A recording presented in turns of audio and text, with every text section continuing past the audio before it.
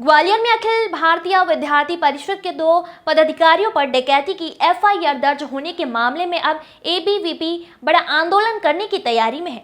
ग्वालियर में प्रेस वार्ता आयोजित कर अखिल भारतीय विद्यार्थी परिषद मध्य भारत प्रांत मंत्री संदीप वैष्णव ने ऐलान किया है कि यदि उनके कार्यकर्ताओं को न्याय नहीं मिला तो एबीवीपी प्रदेश स्तर का आंदोलन करने मजबूर होगी।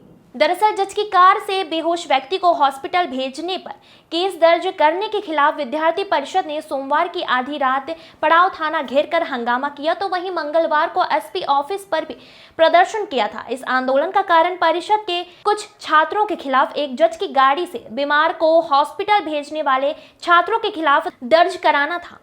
पुलिस एफआईआर से नाराज अखिल भारतीय विद्यार्थी परिषद के नेता ने बताया कि विद्यार्थी परिषद के कार्यकर्ता रविवार सुबह अपने राष्ट्रीय अधिवेशन से ट्रेन द्वारा लौट रहे थे। उन्होंने ट्रेन में एक व्यक्ति को बेहोशी के हालत में पड़ा देखा, तो परिषद के कार्यकर्ताओं ने सेवा भाव से अपने संस्कारों के चलते उसे ग्वालियर स्टेशन पर ट्रेन से उतारकर उसे रखकर स्टेशन मास्टर और पुलिस कर्मचारी को बताते हैं और उनके लिए उपचार की व्यवस्था कराने का आग्रह करते हैं। लेकिन आधे घंटे तक यहाँ लोग लापरवाही पूर्ण व्यवहार कर अमानवीयता से बीमार पर कोई ध्यान नहीं देता, तो मजबूरन कार्यकर्ता मानवीयता के नाते उन्होंने बाहर लाकर वहां गाड़ी एक कार से उपचार के लिए हॉस्पिटल ले जाते हैं, उनका उपचार शुरू कराते हैं। हालांकि रेलवे अधिकारियों और पुलिस की अमानवीय लापरवाही के कारण उपचार देर से मिलने की वजह से उनकी दुखद मृत्यु हो गई।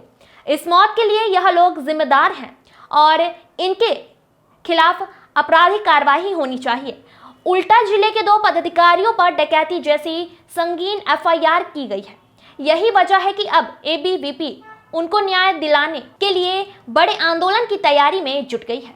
अगर जो पूरा घटनाक्रम था उसको लेकर क्या विद्यार्थी परिषद के कार्यकर्ता के ऊपर किसी व्यक्ति की जान बचाने के लिए किया गया प्रयास के विपरीत डकैती जैसा मुकदमा दर्ज करना निंदनीय है।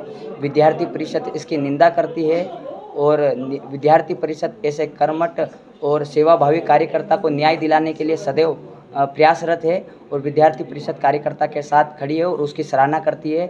जो घटना हुई है वो उसमें एक व्यक्ति की जान बचाने के लिए किया गया प्रयास था, ना कि किसी की भावना को ठेस पहुंचाना था। और जो गाड़ी न्यायाधीश की थी उस गाड़ी की जानकारी विद्यार्थी परिषद के कार्यकर्ता को नहीं थी कि वो गाड़ी किसकी है, लेकिन विद्यार्थी परिषद के कार्यकर्ता को उस समय उस व्यक्ति की जान बचाना मानव धर्म पहले ध्यान में आया, जो विद्यार्थी परिषद के संस्कारों में झलकता है। उस भाव के साथ में विद्यार्थी परिषद के कार्यकर्ता ने उसकी जान बचाने के लिए प्रयास किया गया था। उसके विपरीत डकैती का जैसा प्रकरण दर्ज करना यह निंदनीय है और विद्यार्थी परिषद इसमें पूरे प्रदेश भर में इस विषय को लेके जाएगी और कार्यकर्ताओं को न्याय दिलाने के लिए प्रयासरत रहेगी। और जिस प्रकार ये कार्रवाई हुई है तो जो व्यक्ति इसमें वहाँ पर उपस्थित थे उस समय पे रेलवे मास्टर हो या पुलिस कर्मचारी, उन्होंने उस समय मुख्य दर्शक बन के क्यों खड़े रहे, उनकी तरफ से एम्बुलेंस आने में लेट क्यों हुई, इनके ऊपर कार्रवाई न होते हुए जो मदद के लिए कार्यकर्ता आगे आता है उसके खिलाफ कार्रवाई कर दी जाती है, तो ये कहीं ना कहीं निंदनीय है। किसके दबाव में किया गया? दबाव में किसके किया गया इसकी जानकारी नहीं है, लेकिन जो किया है प्रशासन द्वारा वो गलत किया है। कहीं ना कहीं प्रशासन पुलिस विभाग द्वारा भी इसमें जल्दबाजी दिखाई है। बिना जांच पड़ताल करे इस विषय में डायरेक्ट प्रकरण दर्ज करने के बाद में कार्यकर्ताओं को सिर्फ जानकारी के अनुसार वहाँ पे बुलाया जाता है और जेल में बंद कर दिया जाता है कि आपको सिर्फ जानकारी के लिए आना है, आपको बताने के लिए आना है कि प्रकरण क्या था, और डायरेक्ट उसके पहले ही एफआईआर करना कहीं ना कहीं निंदनीय है। इस विषय की जांच होनी चाहिए थी, उसके बाद में इसमें आगे बढ़ना चाहिए। न्यायालय में सुनवाई है जमानत है, अगर जमानत नहीं है जमानत अगर नहीं होती है तो विद्यार्थी परिषद हाई कोर्ट में जाएगा